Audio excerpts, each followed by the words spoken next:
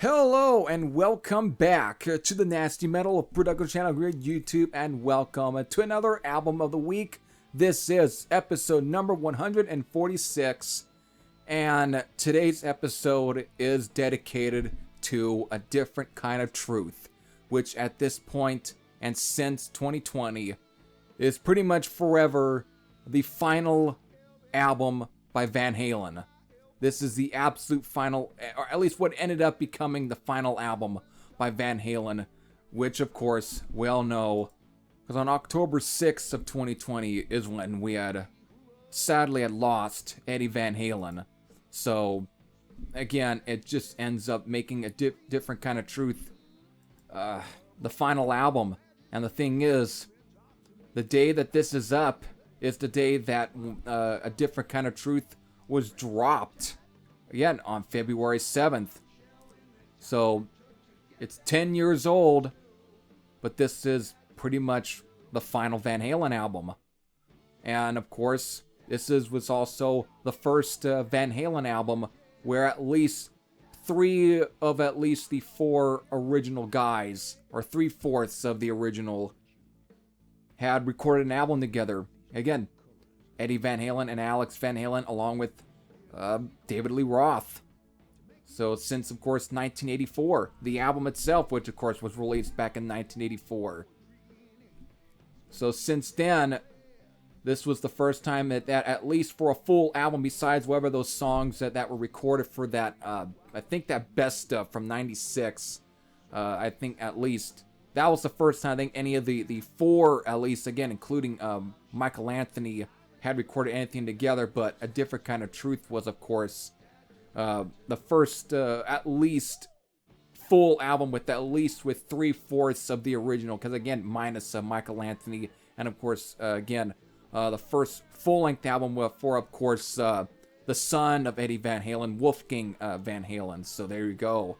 But we're just gonna really take a look and everything. I'm gonna give you my my overall thoughts of, especially even as far as my first impressions when it first came out on February 7th of 2012, to, of course, to maybe whatever thoughts I still have to this day. But I'm gonna go into even depth into some of the songs for the album, especially as far as the history, because this album was a very interesting one, because of this album right here, and I'll get into more depth, was basically, for the most part, was a lot of older songs that dates back all the way back to at least their 70s period, when they were just a bar band, basically just playing small clubs. So of course, even some songs where they were written when they were definitely on top of the world back in at least in 1984, to of course to at least songs that were being worked on within the early 2000s, whereas the most of the rest of it, either the three songs on the album, either 3 or 4, and I'll get into more depth about that, that are at least for brand new. So for the most part, this is at least a album full of songs that were all dating back, but either just got reworked, retitled, or either at times were just kept the same, and just all around were ultimately just became finished. So we'll get into all of that. So let's definitely get into at least A Different Kind of Truth. And I'm not going to go into all the fucking history in terms of Van Halen at this point. That's all out there. I'm just going to be focusing on the history of when it comes to when the whole time frame for the recording of the sound took place, to, of course, to the history behind some of the songs and the information and everything. I'm going to get into all of that just right now. So let's get into A Different Kind of Truth. So, as far as when it comes to the recording background for the album, and especially when the sessions took place, I guess whatever the ideas had to have been coming to fruition in at least in 2010. However, the first and initial recordings for the album, I guess, took place at least at Eddie Van Halen's 5150 studio, whereas and that at least began at least in November of 2010. However, by mid-January of 2011 is where at least the band got moved into Henson Recordings, or is it Hanson? Yeah, Hanson Recording Studios in Hollywood, California, with, of course, with producer John Shanks. So that at least began, that at least was when they got booked into it, or at least everything got forward to. But for the most part, according to here, since I'm looking at Wikipedia, nothing really became concrete until August 2011, and at least to early January 2012. So that's when everything was being finished up, was probably by early January of 2012. And finally, it was all finished, ended up getting sent out, obviously, to be mastered and everything put and pressed. And that's when it finally, on February 7th of 2012, is when it got released. So, of course, Interscope through everywhere else. So that's when it finally got released domestically. So let me at least now run through at least the 13 songs that they basically just laid out for the album. That everything just for the album that made it in here. So let's take a look at the songs here. We got at least, again, 13 songs. And it actually clocks in at 50 minutes and 12 seconds. So again, these 13 songs are beginning with Tattoo, She's the Woman, You and Your Blues, Chinatown, Blood and Fire, Bullhead, As Is, Honey Baby Sweetie Doll, The Trouble with Never, Out of Space, Stay Frosty, Big River, and then finally ending with Beats Workin'. So there's your 13 songs. Now, I'll definitely give you my first impressions when it first came out in February 7th of 2012. And at the time, I was still fairly much a fan of Van Halen, mostly the David Lee Roth stuff. So when the news, everything broke that at least 3/4 of the original guys, again, including David Lee Roth, was recording a brand new album, I was a little bit intrigued when the album finally came out, and of course when getting a hold of it and listening to it for the first time. I would definitely tell you that from the beginning, I enjoyed this album. I definitely was a much more of a fan of the sound than I was with any of the stuff, at least with Sammy Hagar. Nowadays, I'm kind of, I guess you could say a little bit 50-50 on at least the stuff with Sammy Hagar. I, at times, appreciate some of the songs, but at the same time, I'm not a huge fan of those.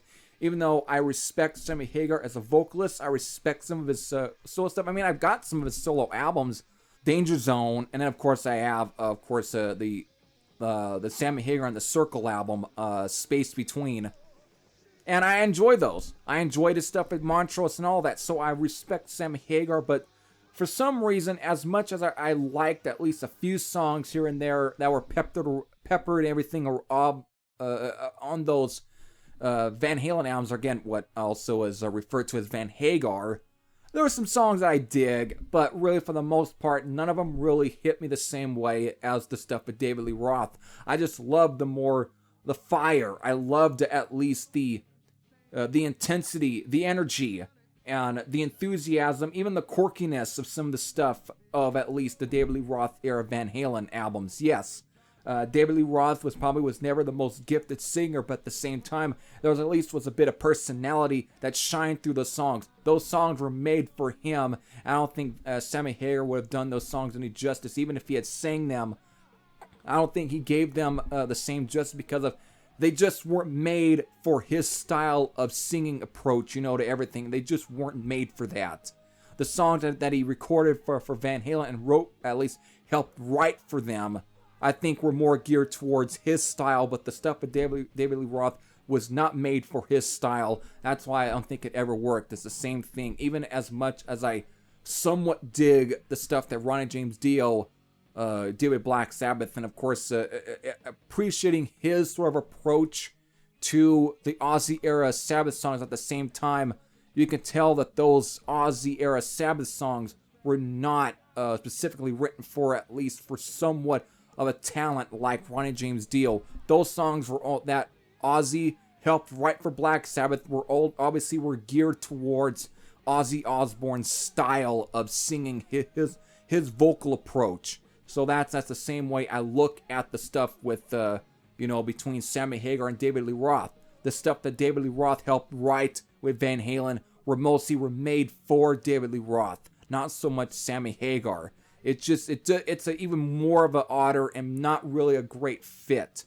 And when you hear a guy like Sammy Hagar sing those songs, at least a guy like David Coverdale could kind of work out some of the stuff, the Deep Purple songs that was recorded with Ian Gillan, but at the same time, it's not the same, it doesn't feel the same. Same thing I kind of am with that light at times with Mark Tonillo of Accept. Yes, he's a very much a great high caliber singer, but at the same time, it feels different at times. It's a little bit strange at times because again, a guy like Udo can make songs like Balls to the Wall or Fast as a Shark or some of those just work. It just his howl. It fits along with those songs that he helped write and everything for Accept. They were made for him in many ways. So usually some songs are only going to work with at least a certain singer, and that's the same way I am with Van Halen. But so when the news and everything, I was very interested. But again, to a different kind of truth, I was a lot more of a fan of this album. And I still dig this album to this day. I think it's still a solid album. And it always definitely had more of the feel of at least of some more classic Van Halen songs and albums than any of this stuff with Sammy Hagar. Even if they had tried to kind of recapture a little bit kind of sound, it just didn't sound right. Maybe because it was Sammy Hagar, not David Lee Roth. Even with David Lee Roth's limitations these days, even more limited these days, especially even back in 2012 and 2011, it was still, even besides his limitations, because again, he can't really hit those same screams or howls that he used to have done back in the day. He still adds at least some personality that works for these songs, and that's what they were made for. However, because of the album having at least way more of a classic Van Halen feel to it, apparently there's a lot of truth to that. There's a lot of things that can back up that, because of again, like I've stated, most of some of the songs off this album all date back to at least to the classic period of Van Halen. Some of these songs were written even before they ever got signed by Warner Brothers. A lot of these songs, at least most of them, date back to that period. And I'm going to run through these right now. So, the album, of course, kicked off with Tattoo, which is one of the songs that actually originally dates back to at least 1977. She's a Woman actually dates back to at least the earlier period, at least when they were starting out at least. Because I think it had been demoed 3 times so far, She's a Woman. It's the only song where I think where it actually kept its original title. Most of the songs that at least dated back to the earlier period ended up getting a title change, getting a little bit more reworked and everything. There's a little bit of a difference, even though if you go back and listen to some of these early demo versions, even let's say if you find a really not a very great bootlegs, at least a bootleg quality of some of the songs, especially Tattoo. Again, it's not the most great quality, but you get an idea what they were before. But some of them stayed the same, but the title for these songs got changed, okay? The names, the track names, they ended up all getting changed, except for She's a Woman. This one is actually one of the songs that stayed the same, that at least of the songs that at least dated back to the earlier period. This song originally was tracked down as a demo at least maybe in 74, 75, maybe 73 at least, because of that. They were demoing their shit as early, I think, as maybe 73 or 74, right around the time I think they actually were formed. And it still sounded the same then, and it still sounds the same now, at least back in 2012. It still sounded the same, just that there's a little bit some different arrangements. But again, it was first demoed, I think, then, and then, of course, it got demoed, of course, for the Gene Simmons produced demo. And then, of course, then it got re-demoed again for at least for the 1977 session, which then, most of which, was close to 20 songs or something? With Ted Teppelman behind, of course, the production board, at least the seat and everything, and that whole session was what led to, of course, the whole sessions for the actual 1978 debut. So this song almost at some point was going to make it in many ways, or was it possible before, of course, their debut album. So that's how long this song had been worked on, and eventually it just got shelved. And again, you can find those old Ted Templeman, first album recording sessions online. Again, they're not the best of quality, but they are a very good look into at least the way they were before at one point. I mean, some songs that were recorded during those sessions for the debut album ended up also making it on to the second album. Tattoo is one of the songs that was thought of at least for the second album. But again, I'll get into, of course, Tattoo, but She's a Woman, Tattoo are the two that I've mentioned so far that dates back to the earlier period. Bullhead so far is a little bit up in the air, because I don't know if I can find much information about Bullhead or this song, because again, this song doesn't get mentioned as being one of the more newer songs, but it doesn't really get mentioned as any of the songs that were somewhat early worked. There's not a lot of information behind that. So, but the thing is, when you look up online, it states that there at least are 7 songs that date back to the earlier period that got worked on, or at least, eventually all worked on for this album right here. But Bullhead just doesn't get a mention. Some of the songs do, but not this one. So it's really kind of up in the air on what is the information behind Bullhead. But I'm just gonna put it a part of this because it's the only one that doesn't get mentioned. So I'm I'm lumping it in with at least the songs that all date back to the earlier period, at least everything back to at least the early 70s to at least 1984, which is where we come into Blood and Fire, which originally dates back to 1984. However, eventually an instrumental version of the song, which went under the title of Ripley. And apparently, it eventually got used as a score for the film The Wildlife. But again, the original title for the song, Ripley, it was apparently comes from a guitar that Eddie Van Halen used that apparently got sent back to Steve Ripley for repair. So that's why the song was then originally had the name of Ripley. But again, it got retitled, I guess, back to maybe Blood and Fire, or was just maybe originally was this called Ripley? It's really one of those kind of up in the air what it was originally titled first, but was it Blood and Fire? Was it originally Ripley? If anything, Ripley could have been the original title for Blood and Fire, but it just got rechanged to Blood and Fire for this album when Eddie Van Halen was finally able to really finish this particular song and give it vocals instead of being, staying as a instrumental. So it's very interesting behind that. But eventually this song was being demoed in 2000 along with songs like As Is, Honey Baby Sweetie Doll, and The Trouble With Never. These are the 3 songs that date back to the 2000s. However, let's definitely go back to at least the songs that at least date back to at least the 70s period. So I've already mentioned Tattoo and She's a Woman. Maybe Bullhead, even though Bullhead sounds like a song that does sound like a classic 70s period Van Halen song. So it had to at least been around that time period. Because it doesn't sound like anything that was, very familiar on those Ted Templeman demos for the first album. So there we go.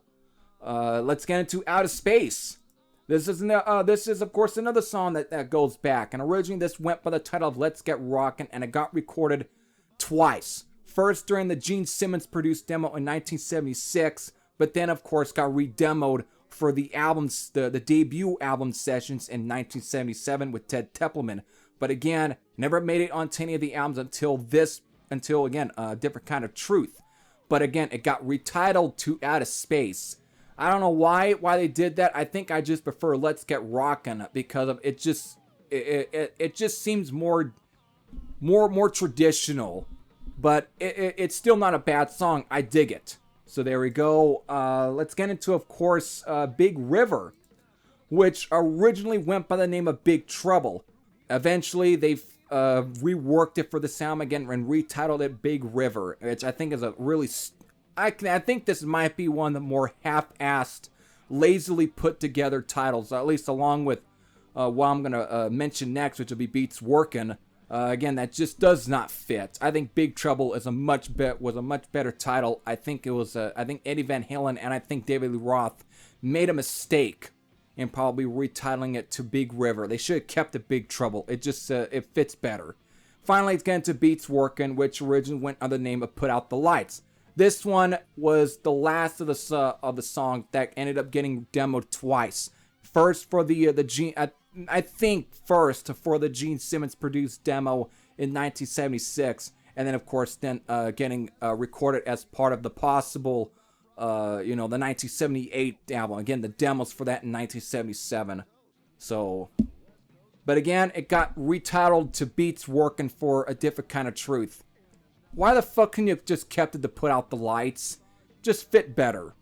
Alright, so basically I got some of those songs out of the way. Now, that pretty much, of course, and I'll backtrack to, of course, songs like Tattoo and She's the Woman. However, again, the new songs, again, that being, of course, You and Your Blues, Chinatown, and Stay Frosty. Again, these are the only 3 songs that are basically brand new to the album. So that's why I was very hesitant about the song Bullhead, because again, it's not a brand new song for the album. I don't think it is a brand new song, and I don't know if it had an original title before. But again, it doesn't get mentioned as being either of the earlier of the songs that dates back to the earlier period, or it's a song that is in between that. So who knows? Or between, again, the songs like, the recording for writing for like You and Your Blues, Chinatown, and Stay Frosty. So it's really up in the air on what is the history for the song Bullhead. But again, somebody in the comment section can take care of that by actually, let's say, telling me what it actually originally was, or it was Bullhead before. So there we go. Now let me go back to the song Tattoo and She's a Woman, especially for the song Tattoo. I want to really focus on this one because of this song. This song dates back to 1977. However, it went by the name of Down in Flames.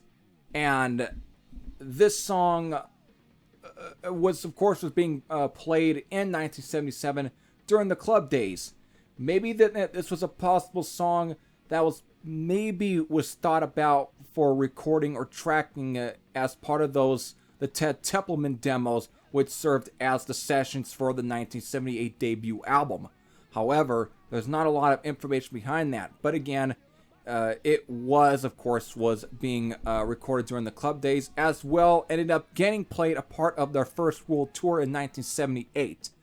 However, when it came to time to tracking down songs or everything for, the second album, they were being at least when the band decided to record a cover of Clint Ballard's song You're No Good, which eventually was just more made famous for, Linda Ronstadt. They actually decided to take the intro part for Down in Flames and then,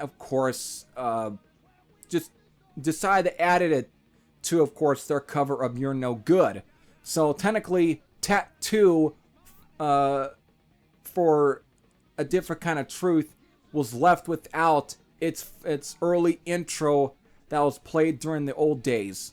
Again, I wish it was kept as Down in Flames to begin with, Down in Flames or something. I wished it was, because if you listen to the earlier recordings of the song that was recorded during the club days or the first world tour, it's a much more coherent song. I think it's another one of those really bad decisions, because of usually when you hear or read a lot of reviews or fan reactions towards a different kind of truth, Tattoo is usually considered one of the weak spots of the album.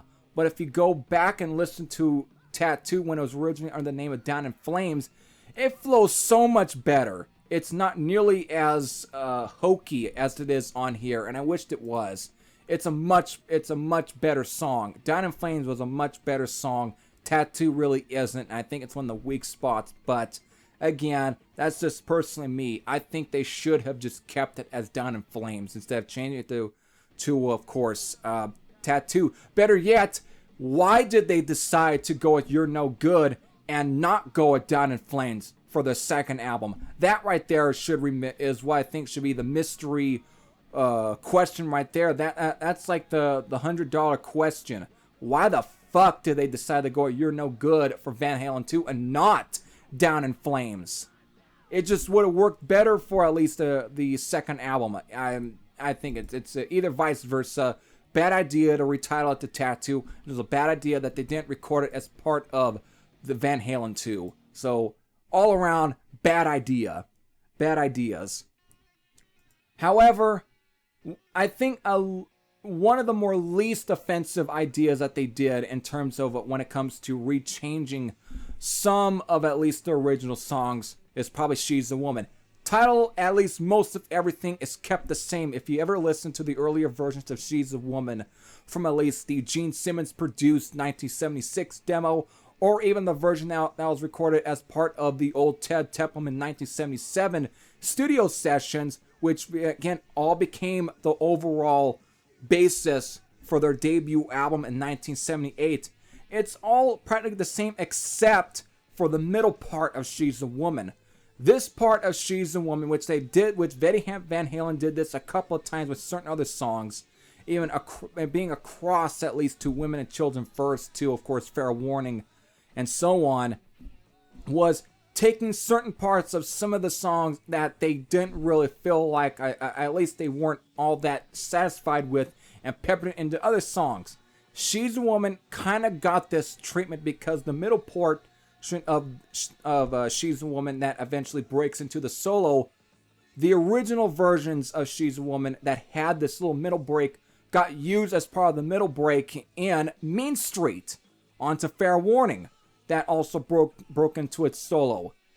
So what Eddie Van Halen came up with for She's a Woman is kind of a slight, not really, it's kind of close, but it's not so much. It's different, it's weird, but it doesn't sound the same, especially for me now, just as much more familiar with the earlier versions of She's a Woman.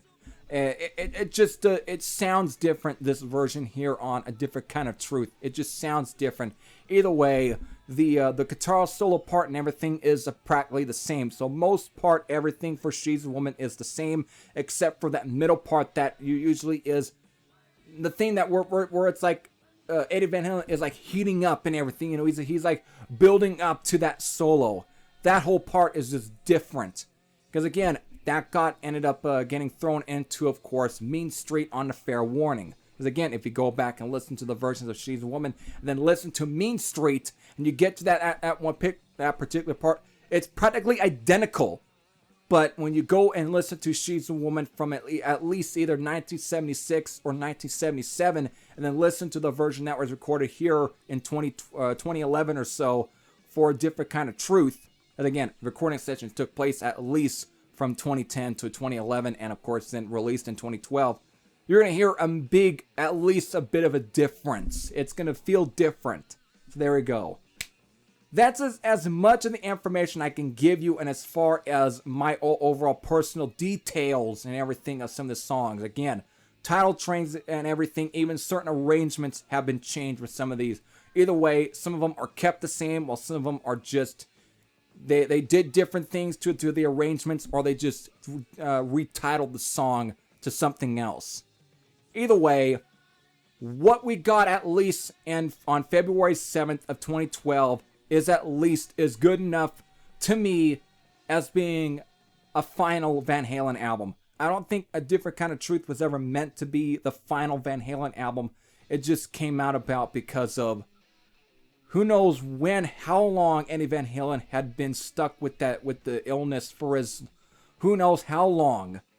So it's one of those really kind of really curious, or just really mysteries of why we never got another album, especially, let's say, if it, of course, shit was not working out all that well. Again, what a fucking coincidence between Eddie Van Halen and David Lee Roth. Still, though, could we have gotten another album, or could we have gotten the alleged, unreleased or very rarities disc that eventually we just end up getting that live album be a collection of some of the really rare, unreleased, just overall songs that were recorded from at least in 1977 or 70, you know, whatever, and was going to get released, all remastered, maybe remixed and everything, you know, or even doing live shows. Even that was another idea of finding the old live studios. But again, none of that didn't come out because, again, for one, he couldn't locate any of the mixes or the masters for the old demos,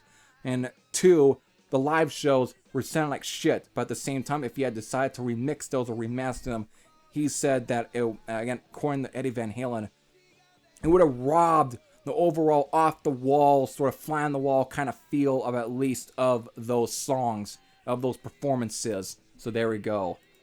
But again, A Different Kind of Truth just marks as the absolute final Van Halen album. So for me, who was there when this album came out, I liked it and I enjoyed it, and I still enjoy it to this day. But for those who probably ended up being exposed to this album, and especially those who probably at least were very interested or curious because of it being the first album in at least since 1984 where at least 3/4 of the original was actually together. Again, another similar situation happened with, of course, with Black Sabbath for 13. Was it really up to at least standards what you were expecting, or was it just not nearly as good? Either way, if you have any of those kind of thoughts, again, whether they positive or negative, you can leave them in the comments section below. But if you've never heard A Different Kind of Truth by Van Halen, this may not be the one Van Halen album that you should at least check out. It should be the classics. That's about it. So there we go. Hope all of you enjoyed. This is Harry Thrasher saying I am out, and I'll see you all later. Take care, everyone.